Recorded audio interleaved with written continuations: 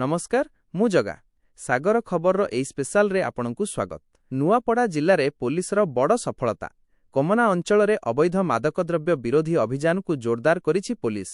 दुईटी पृथक स्थान रे चढ़ाऊ करी 17 केजी अधिक गंजेई जबत करने सह 3 जनकु गिरफ करिछि कोमना थाना पुलिस। सूचना अनुसार गतकाली कोमना पुलिस टीम योजनाबद्ध भावे दुईटी भिन्न भिन्न स्थान रे चढ़ाऊ करिथिला। प्रथम चढ़ाऊ बरकोट गारे करा जायथिला, जेउठारु 6 केजी 320 ग्राम गंजेई सह एक बाइक और मोबाइल फोन जबत होईछि। एही मामलारे पुलिस जणे अभियुक्त को गिरफ करिछि। सेहीपरि द्वितीय चढ़ाऊटी नुआगाँ फुटबल पड़िया निकटरे होइथिला। सेठारु 11 केजी 500 ग्राम गंजेई उद्धार हेबा सह आउ 2 जनकु गिरफ करा जायछि।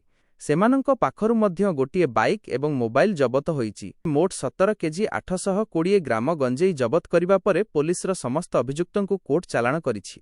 एही व्यवसाय पछरे आउ काहार हाथ अछि से नै तदंत जारी रहिछि। अंचल रे निशा कारोबार रोकिबा पई पुलिसर एही पदक्षेपकु साधारण रे प्रशंसा करा जायछि।